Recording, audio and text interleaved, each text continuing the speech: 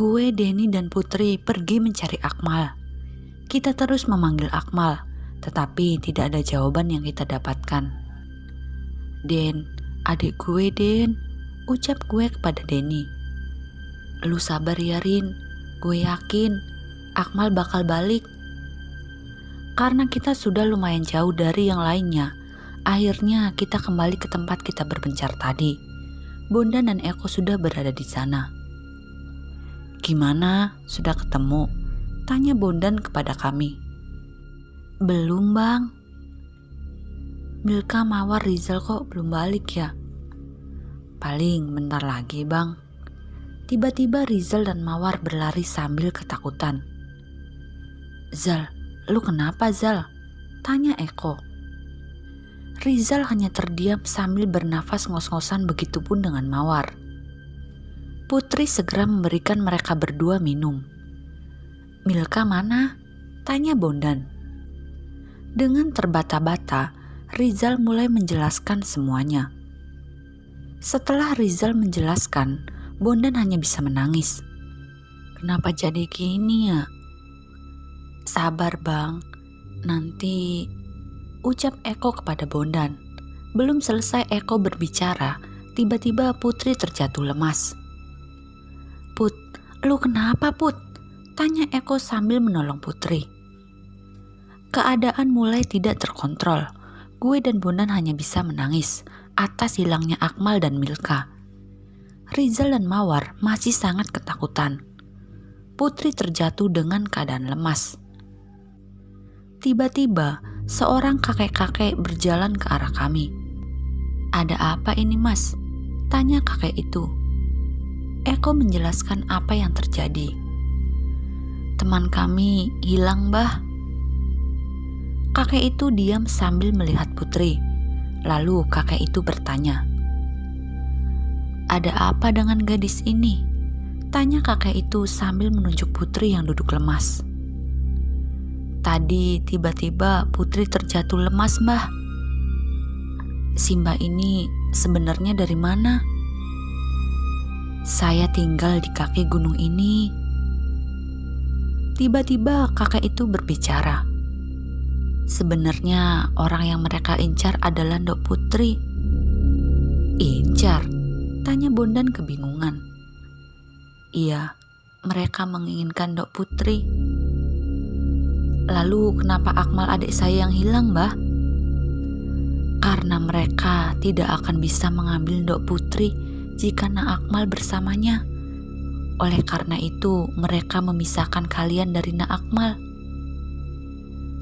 Sebenarnya ada apa dengan Akmal adik saya? Tanyaku penasaran.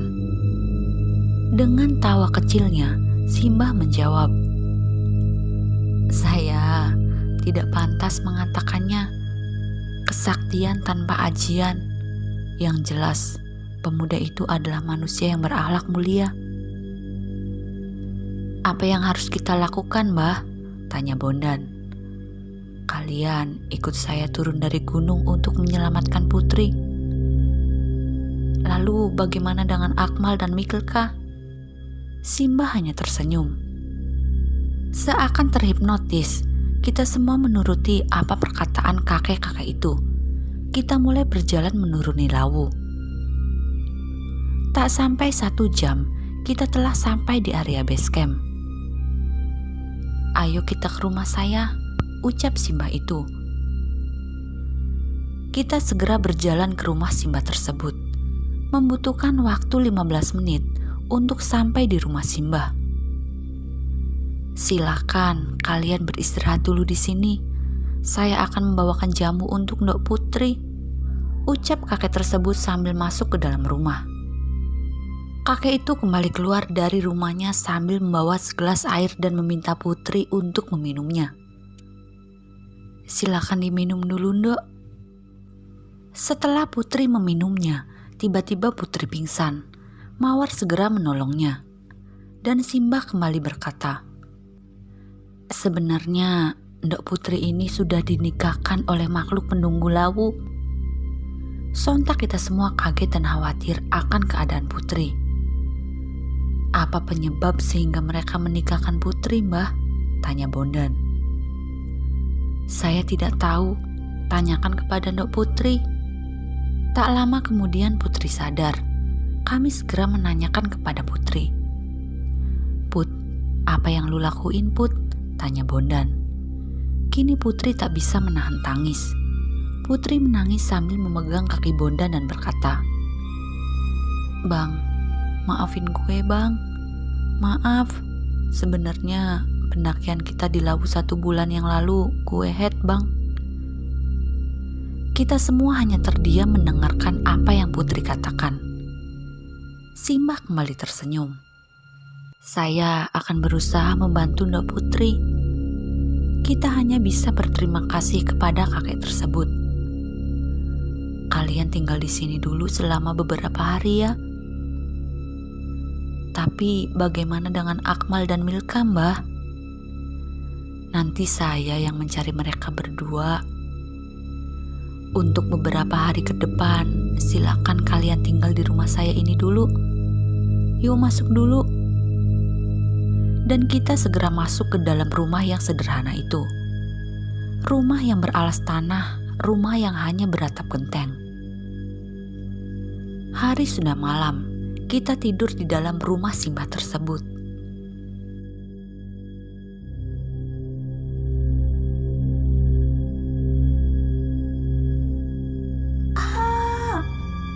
Teriak Milka sangat keras yang membuat gue kaget bukan main. Astagfirullah. Milka kembali menatap gue dengan tajam dan dia berkata, kamu telah menggagalkan rencana saya. Sebagai gantinya, kalian berdua tidak akan bisa kembali. Ucap Milka yang tengah kesurupan. Setelah Milka berkata, tiba-tiba dia pingsan dan gue segera menghampiri dan membantunya. Gue menyenderkan Milka di sebuah pohon yang lumayan besar. Maksudnya apa ya? Rencana apa yang dia maksud? Pertanyaan itu terus terucap dalam pikiran gue. Tidak lama kemudian, Milka terbangun dari pingsannya. Mal, tadi gue kenapa Mal? Lu tadi kesurupan Mil. Milka nampak memegangi kepalanya. Karena lapar, gue membuat mie untuk makan siang kita hari ini. Setelah makan siang, kita melanjutkan untuk mencari teman-teman kita yang lain. Lanjut yuk Mil, ucap gue kepada Milka. Milka hanya mengangguk. Kita mulai melangkahkan kaki kita dan meninggalkan tempat tersebut. Di perjalanan, Milka terus memegangi tangan gue. Di tengah perjalanan, terdengar suara tangisan. Suaranya terdengar sangat amat teramat menyedihkan. Seakan merasakan kesedihan yang membuat suara tangisan itu muncul. Tak terasa air mata menetes dari mata gue. Begitupun dengan Milka. Entah apa yang terjadi waktu itu. Air mata terus menetes dari mata kita berdua. Masa iya sih ada Itachi di sini? Ucap gue dalam hati. Mal, ucap Milka sambil menatap gue dengan air mata di pipinya. Banyakin istighfar aja Mil. Terlihat mulut Milka beristighfar begitupun dengan gue. Tetapi suara itu tidak juga menghilang. Begitupun air mata yang terus mengalir dari mata gue dan Milka. Hingga akhirnya gue berhenti dan mengirimkan doa untuk mereka. Terlihat Milka yang mengaminkan doa yang gue ucapkan. Selang beberapa menit, suara tangisan itu telah menghilang. Alhamdulillah, ucap Milka sambil menghapus air mata di pipinya. Kita melanjutkan perjalanan. Dari kejauhan, kita berdua melihat rombongan pendaki sedang berjalan membelakangi kita. Mereka berjumlah 4 orang yang terdiri dari 2 wanita dan 2 laki-laki. Mil, ada pendaki lain Mil. Iya Mal. Gue segera berjalan menyusul para pendaki tersebut. Tetapi Milka menahan gue. Mal, perasaan gue gak enak Mal. Gue rasa itu bukan. Itu pendaki lain Mil. Ucap gue meyakinkan Milka yang terus menahan gue. Tapi Ayo Mil, ntar mereka keburu jauh. Kali ini Milka mengikuti gue. Dia berjalan di belakang gue. Berhenti dulu mas. 4 pendaki itu pun berhenti dan menoleh kepada kita. Benar saja, itu adalah para pendaki. Mereka segera menghampiri gue dan Milka. Terlihat Milka agak ketakutan dengan berdiri di balik badan gue. Dari mana mas? Tanya salah satu pendaki tersebut. Kita tersesat mas. Ya udah, kita bareng aja mas. Kita segera melanjutkan perjalanan bersama mereka. Gue dan Milka berjalan di belakang mereka. Tidak ada keanehan ataupun kejanggalan di antara mereka. Kita asik mengobrol dengan mereka. Hari menunjukkan pukul 15.00 dan mulai terdapat keanehan dari 4 pendaki tersebut. Salah satu dari mereka terjatuh dan mengeluarkan darah di kakinya. Darah itu berwarna kehitaman dengan aroma yang busuk. Gue dan Milka ketakutan melihat itu. Mereka yang melihat kita berdua ketakutan menatap kami. Kalian sudah tahu siapa kami. Dek, suara detak jantung gue. Tuh kan Mal, ucap Milka ketakutan. Tatapan mereka tajam mengarah pada gue dan Milka. Kita berdua berjalan mundur dengan pelan. Kalian mau kemana? Ucap salah satu dari mereka sambil berjalan mendekati kita berdua. Kita berusaha berlari. Hujan rintik-rintik mulai membasahi kita berdua. Kita pakai jas hujan dulu ya Mal, pinta Milka kepada gue. Milka segera mengeluarkan jas hujan dari ransel yang ia gendong.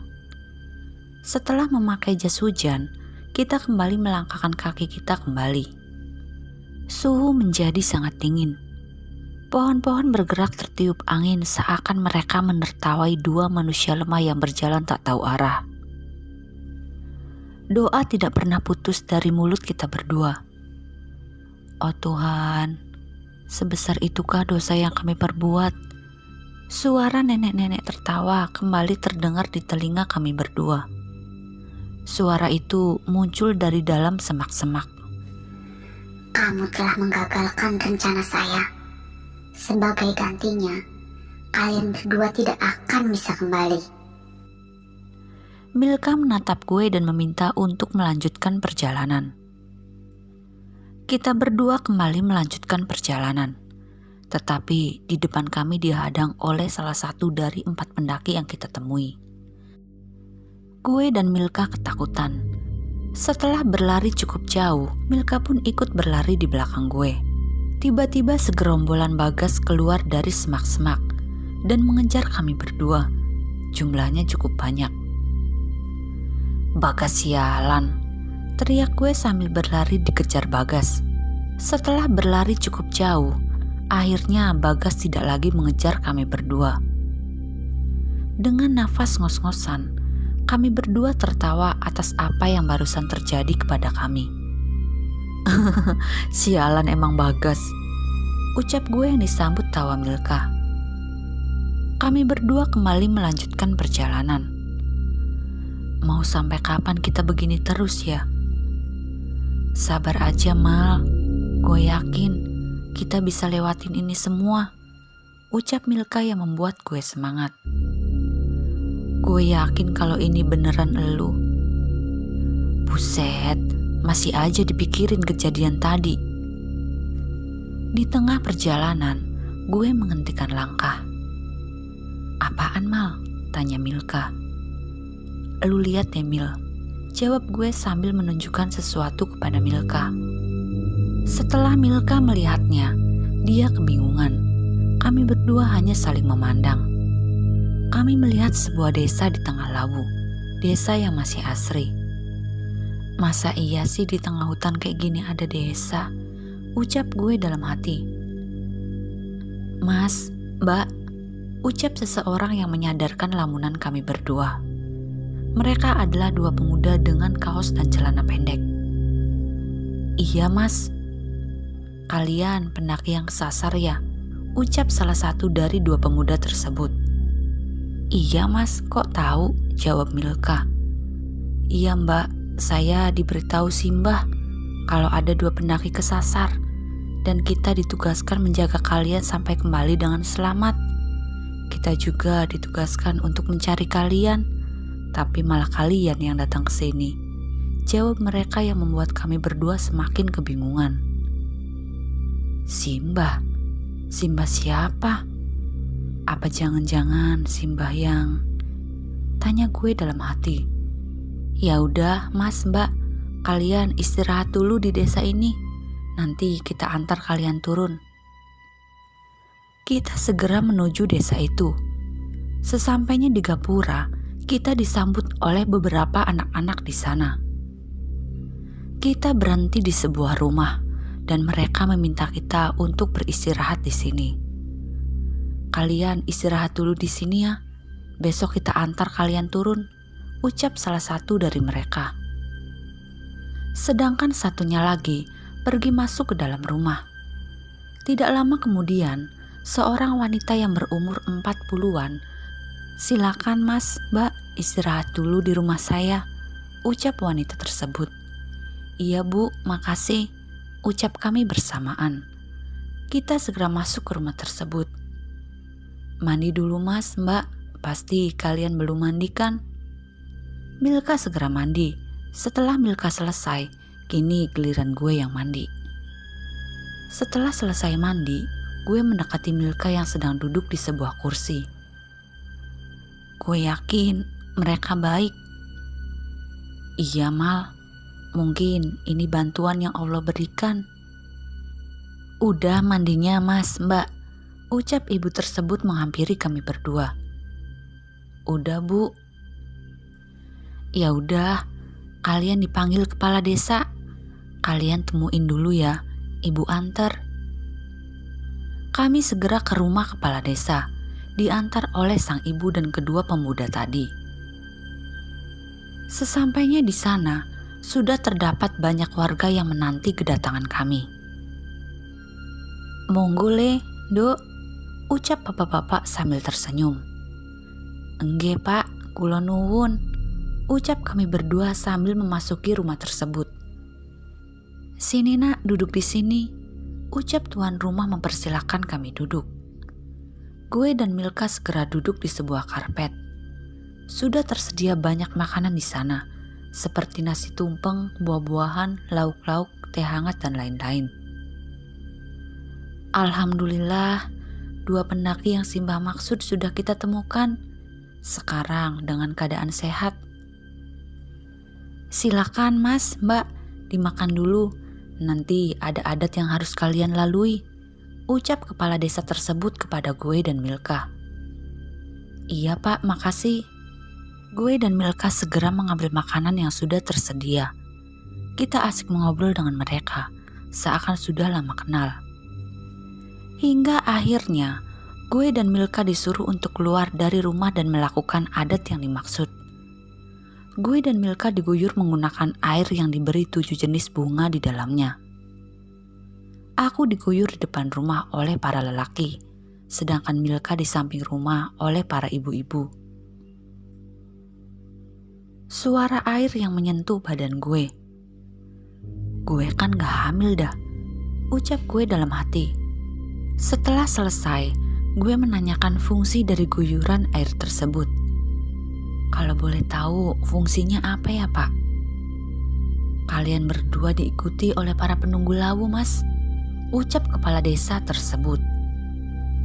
Setelah semua selesai, gue, Milka, dan ibu tersebut kembali ke rumah yang diantar oleh kedua pemuda tadi. Sesampainya di rumah, kami kembali mandi dan mengganti pakaian. Setelah gue mengganti pakaian, gue mendekati Milka dan ibu yang duduk di sebuah kursi panjang. Udah selesai, Le? Tanya si ibu. Udah, Bu. Kemarin kalian tidur satu tenda. Iya, Bu. Tapi kami gak ngapa-ngapain kok, Bu. Iya, nak. Ibu tahu kalian anak baik-baik. Oh iya, sampai lupa. Kenalin, Nama ibu Darmi, ucap si ibu memperkenalkan dirinya. Iya bu, nama saya Milka. Saya Akmal bu. Oh iya, gak apa-apa kan kita manggil ibu? Gak apa-apa kok nak, malah ibu seneng karena selama ini ibu tinggal sendiri di sini. Emang keluarga ibu di mana? Ibu tidak punya anak, sedangkan suami ibu udah meninggal. Maaf ya bu, saya gak tahu, ucap Milka. Iya nak, gak apa-apa, ucap ibu berkaca-kaca. Gue dan Milka segera memeluk ibu. Gue baru kenal dengan Ibu Darmi, tetapi mengapa gue merasakan kehangatan ini? Kehangatan yang bahkan belum pernah dirasakan sebelumnya. Karena hari sudah malam, kami tidur. Milka dan Ibu Darmi tidur di kamar, sedangkan gue tidur di kursi. Pagi pun tiba. Milka membangunkan tidur gue di pagi hari sambil memberikan segelas teh dan sepiring singkong goreng kesukaan gue. Mal, bangun Mal, udah pagi. Sungguh istri idaman, pagi-pagi dah bangun bikin makanan, ucap gue dalam hati. Gue segera bangun dan menyantap singkong goreng. Enak nih, ucap gue sambil makan singkong goreng. Ibu Darmi datang menghampiri kami berdua. Kalian siap-siap ya, nanti jam 10 kalian turun. Iya bu. Setelah jam menunjukkan pukul 10, kami berpamitan kepada warga yang melepas kepergian kami berdua, yang diantar oleh 4 orang warga. Kami pamit dulu ya, ucap gue dan Milka. Tak lupa gue berterima kasih kepada mereka yang telah menampung kami berdua. Makasih ya Pak, Bu, sudah membantu kita berdua. Bu Darmi menghampiri dan memeluk gue dan Milka. Hati-hati ya nak. Iya Bu, doain kita ya, semoga kembali dengan selamat, ucap Milka. Iya nak, jangan kapok untuk kembali ke Lawu lagi ya. Iya Bu, kami berdua akan kembali lagi ke Lawu. Kami segera meninggalkan mereka. Mas, titip mereka berdua ya, ucap Bu Darmi kepada 4 orang yang mengantarkan kami berdua. Kami mulai melakukan perjalanan di mana gue dan Milka diantar 4 warga. Jalan santai aja ya mas, ucap salah satu dari mereka. Iya pak. Mal, tinggalin mereka Mal. Suara itu terdengar di tengah perjalanan kami. Suara nenek-nenek tertawa juga terdengar di telinga kami semua. Tiba-tiba nenek-nenek muncul di hadapan kami semua. Tidak semudah itu kalian pergi dari sini. Mungkin kemarin kalian beruntung, tetapi sekarang jangan harap, ucap nenek-nenek tersebut sambil berjalan mendekati kami. Gawat, gawat, gawat, ucap orang yang mengantarkan gue dan Milka, sebut saja namanya Mas Slamet. Mundur, ucap orang yang mengantarkan gue dan Milka, sebut saja Pak Bambang. Beliau ini kakak Bu Darmi. Kami semua berjalan mundur pelan, tetapi nenek itu terus melangkahkan kakinya. Ternyata kamu adalah anak itu, ucap nenek tersebut sambil menatap gue. Jangan mendekat, ucap Mas Nur. Mau apa kamu, hah? Ucap nenek tersebut sambil menatap Mas Nur. Kalian berdua tinggalkan kami di sini, biar kami yang mengurus dia, ucap Pak Bambang. Tapi Pak, cepat pergilah, kami ditugaskan Simba untuk menjaga kalian. Pergi ke arah barat, kalian akan kembali di jalur pendakian. Ayo Mil, ajak gue kepada Milka. Tapi mereka Mal, gimana? Gue yakin mereka akan baik-baik saja. Gue dan Milka segera meninggalkan mereka semua. Kami pergi ke arah barat dengan modal kompas yang dibawa Milka. Kita berlari meninggalkan mereka. Terlihat dari jauh, mereka menahan nenek-nenek tersebut yang berusaha mengejar gue dan Milka. Mereka sudah tidak terlihat. Kita terus berlari ke arah barat. Bodoh, bodoh, bodoh. Manusia memang bodoh. Suara itu terdengar dari belakang gue dan Milka. Kami segera membalikkan badan kami. Di belakang kami terlihat nenek-nenek yang terbang ke arah kami. Kalian berdua tidak akan bisa pergi dari sini, ucap nenek-nenek tersebut. Apa yang kalian inginkan? Kamu, ucap si nenek singkat sambil melotot. Tiba-tiba Ibu Darmi berlarian dari belakang gue dan Milka, yang diikuti oleh Pak Bambang, Mas Slamet, Mas Nur dan Mas Joko dengan luka di badannya. Ambillah diriku dan bebaskan mereka berdua. Kamu, untuk apa aku mengambil wanita tua? Teriak si nenek sambil mengarahkan tongkat ke Bu Darmi, sehingga membuat Bu Darmi terpental karena sihir yang terdapat pada tongkat itu. Milka segera menolong Bu Darmi. Ikutlah denganku, maka akan kubebaskan mereka semua, ucap si nenek sambil terus berjalan mendekati gue. Aku hanya bisa diam, tidak bisa berkata apapun. Pak Bambang, Mas Slamet, Mas Nur, dan Mas Joko segera memasang badan di depan gue. Kalian masih belum kapok, ucap si nenek tersebut. Kami akan bertaruh nyawa demi tugas dari Simbah, ucap Pak Bambang. Gue semakin bingung dengan semua ini. Ada apa ini? Mengapa menjadi seperti ini? Dengan mudahnya, si nenek menghempaskan Pak Bambang dan yang lain dengan tongkatnya. Si nenek kembali mendekati gue. Milka hanya bisa menangis atas apa yang sedang terjadi. Sekarang nenek itu tepat berada di depanku. Gue tidak bisa berbuat apa-apa. Ayo ikut aku anak muda. Bodoh, lakukan sesuatu. Suara itu terdengar di telingaku, yang entah dari mana datangnya, dan membuat gue sadar dari lamunan.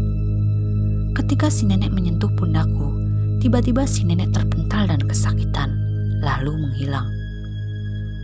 Lagi-lagi kamu yang menggangguku, teriak sang nenek sambil menghilang. Gue segera menghampiri mereka semua. Milka langsung memeluk gue sambil menangis.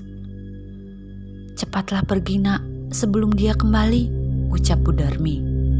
Tapi Bu, bagaimana dengan ibu dan yang lainnya? Tanya Milka. Kami sudah keluar terlalu jauh. Kami tidak bisa mengantar kalian lebih jauh lagi. Lupakan kami akan selamat, ucap Pak Bambang. Gue dan Milka segera pergi ke arah barat. Jam menunjukkan pukul 14.00.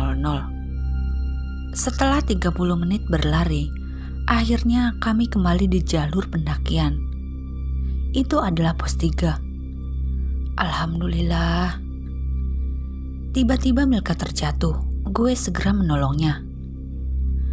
Lu kenapa, Mil? Milka hanya diam. Tubuhnya menggigil. Lu sakit, Mil? Dingin, Mal, ucap Milka sambil menggigil. Memang cuaca hari itu mendung dan dingin. Jangan-jangan hipo, ucap gue dalam hati. Ya udah Mil, kita bikin tenda dulu di sini. Gue segera membuat tenda di sekitaran pos 3 ini. Setelah tenda jadi, gue menyuruh Milka untuk masuk. Udah jadi Mil, lu masuk ya. Milka segera masuk, sedangkan gue membuat teh panas untuk Milka. Diminum dulu Mil. Milka segera meminum teh tersebut. Dia masih menggigil. Gue tidak punya pengalaman apapun tentang hipotermia pada saat itu. Gue segera melepaskan jaket dan memberikannya kepada Milka. Lu pakai ya Mil, ucap gue sambil memberikan jaket. Milka masih menggigil. Gue mendekap Milka berharap bisa menghangatkan tubuhnya. Keadaan Milka semakin memburuk, di mana dia semakin lemas. Gue berharap ada pendaki lain yang lewat, tetapi anehnya tidak ada satupun pendaki yang lewat kala itu. Sabar ya Mil, ucap gue sambil terus mendekap Milka yang kedinginan. Milka semakin lemas dan tidak sadarkan diri. Dari dalam tenda, gue mendengar langkah kaki berjalan, dan gue segera keluar tenda berharap bahwa itu pendaki lain. Benar saja, ada satu pendaki wanita yang tengah berjalan sendirian. Gue segera memanggilnya. Mbak, tolongin teman saya mbak. Pendaki itu segera berlari ke arah tenda dan menghampiri gue. Kenapa mas? Tanya pendaki itu. Teman saya hipotermia mbak. Pendaki itu segera masuk ke tenda dan segera mengeluarkan sleeping bag dari carrier yang ia bawa. Setelah selesai, dia menghampiri gue. Tenang, dia gak kenapa-napa kok. Makasih ya mbak. Kami berdua berkenalan di sini. Mbak sendirian aja nih. Iya, gue solo hiking. Kenapa? Ucapnya sinis. Gue kagum dengan dia. Wanita yang berumur sama dengan gue dan Milka, tapi pro hiking. Kenalin, gue Akmal. Nama gue Rinjani. Kalian suami istri? Enggak, kita cuma teman. Cuma berdua. Sebenarnya enggak, tapi panjang ceritanya. Setelah menunggu cukup lama, Milka tidak juga sadar. Rinjani masih bersama kami. Jam menunjukkan pukul 17.00. Gue pergi untuk membuang air. Lu mau kemana? Tanya Rinjani yang melihat gue akan pergi. Gue mau buang air. Jagain cewek gue, jangan lu apa-apain. Ucap gue kepada Rinjani. Iya, ribet banget hidup lu. Setelah mendapatkan tempat yang pas, gue segera membuang air kecil. Tetapi ketika gue ingin kembali ke tenda, kakiku dipegang oleh mbak-mbak daster putih. Kukunya panjang, tangannya memegang erat kaki kiri gue. Dan parahnya lagi, kuku mbak-mbak itu menembus kulit kaki gue, hingga darah keluar dari luka tersebut, dan menyebabkan sakit yang luar biasa. Karena tangannya yang semakin erat mencengkram kakiku. Sakit sialan, teriak gue refleks sambil menendang mbak-mbak tersebut menggunakan kaki kanan gue. Setelah gue tendang cukup keras, mbak-mbak tersebut terpental dan menghilang begitu saja sambil meninggalkan suara tangisan. Rinjani yang mendengar teriakan gue segera menghampiriku. Apaan sih teriak-teriak gak jelas? Buset, kaki lu kenapa? Sambil dipapah Rinjani, gue kembali ke tenda. Milka belum juga sadar. Rinjani mengobati luka di kaki gue. Sini gue obatin. Pelan-pelan ya. Iya, ribet banget sih. Setelah mengobati luka, kami makan di sini, mengingat gue belum makan dari siang. Setelah selesai makan, kami memutuskan untuk bermalam di sini sambil menunggu Milka sadar. Belum sadar juga tuh orang, tanya Rinjani. Belum. Ya udah, lu tidur sono di tenda gue, biar gue yang tidur di sini. Nggak baik laki-laki tidur satu tenda sama cewek. Bilang aja lu malas bikin tenda. Ya udah, mana tenda lu? Rinjani segera melemparkan tenda miliknya yang ia bawa kepada gue. Nih, ucapnya sambil melempar tenda. Bantuin apa? Kaki gue kan sakit. Gak usah manja, sakit kayak gitu aja.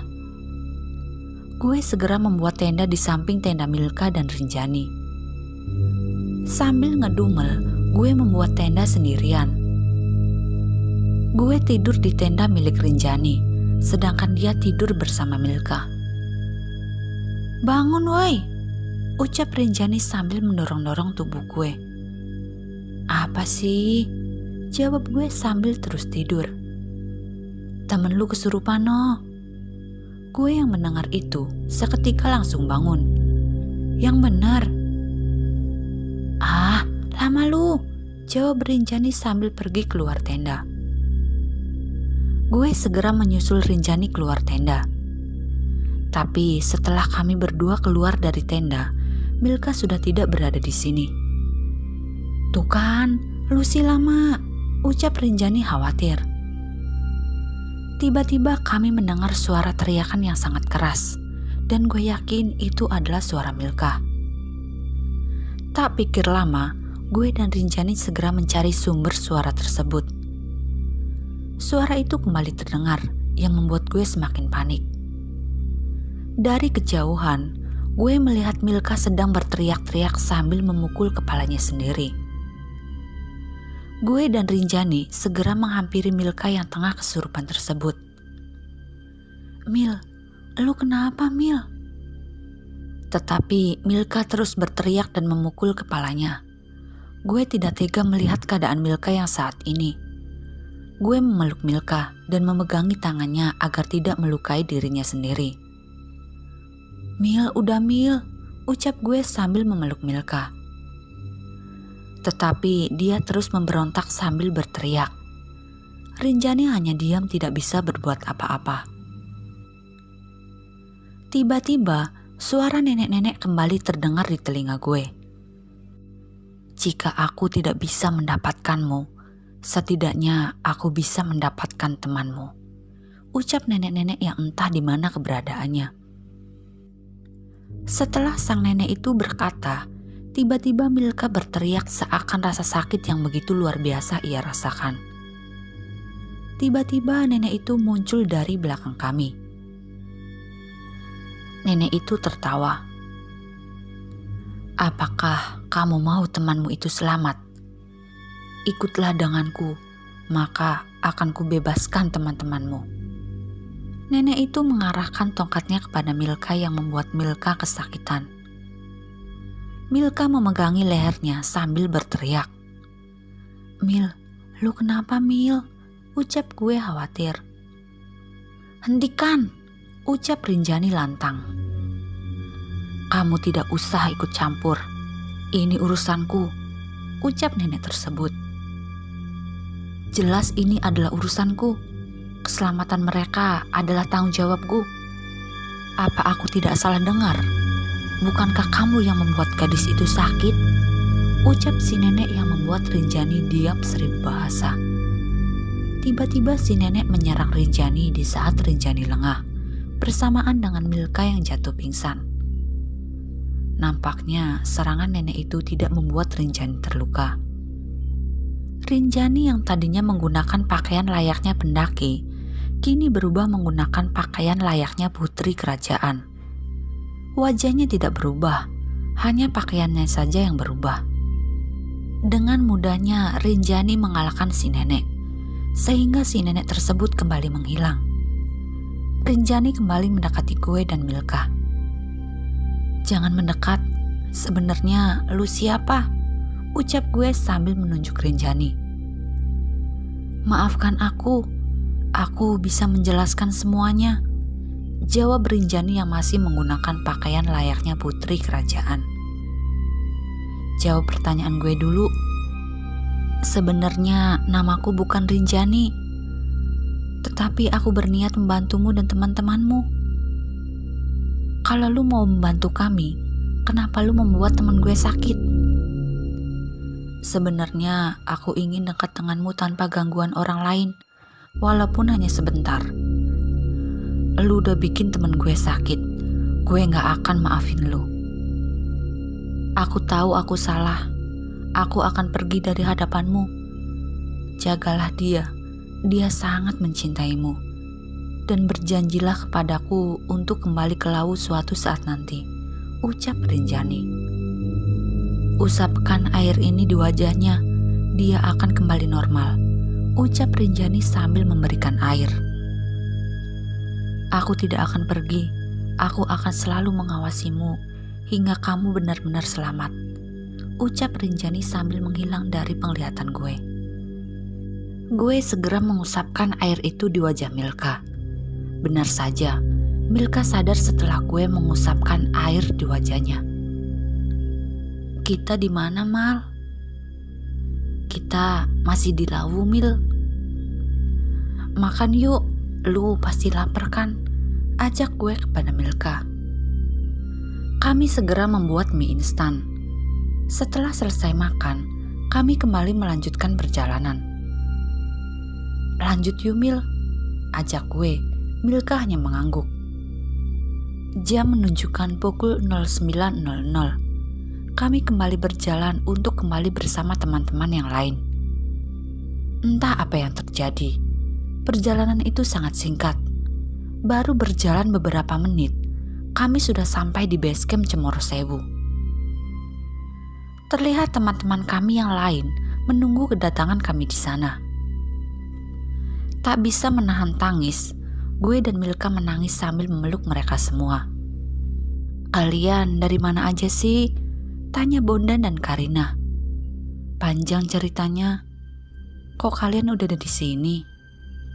"Iya, kita dianterin Simbah turun." "Simbah?" ucap gue dalam hati. Kok Simbahnya nggak ada ya? Kan tadi ada di sini, tanya mereka kebingungan.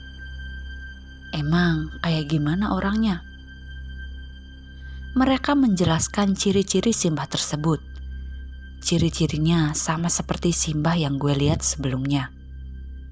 Di saat mereka menjelaskan Simbah tersebut, dari kejauhan gue melihat Simbah berdiri di samping Rinjani, sedangkan Bu Darmi dan warga yang mengantar kami kemarin berdiri di belakang Rinjani dan Simbah.